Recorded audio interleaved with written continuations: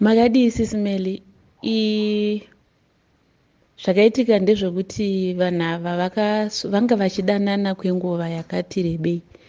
So vachidanana kwenguva yakati rebei, musi weSaturday vakaswera vari vese.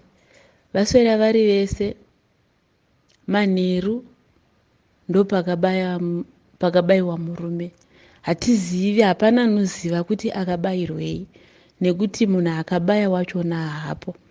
Asi anonzi paakapedza kubaya akaenda kuna mainini vake, akaenda kune boyfriend yasisi vake akanovaudza kuti ndakonana naye nemurume kumba uku neboyfriend yangu ndakonana naye.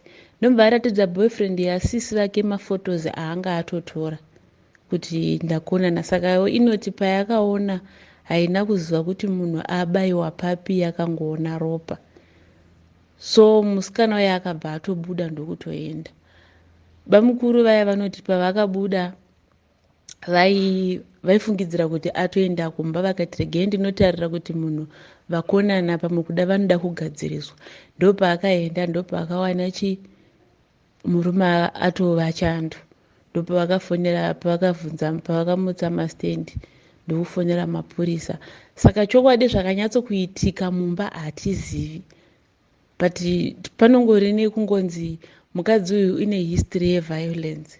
So kungokumbirawo kubatsirwa kuti vanomuona endi kana vari padhuzewo naye, nekuti ari kufungidzirwa kuti ari kuJoburg. Ndozvega zvandinoziva panguva dzino.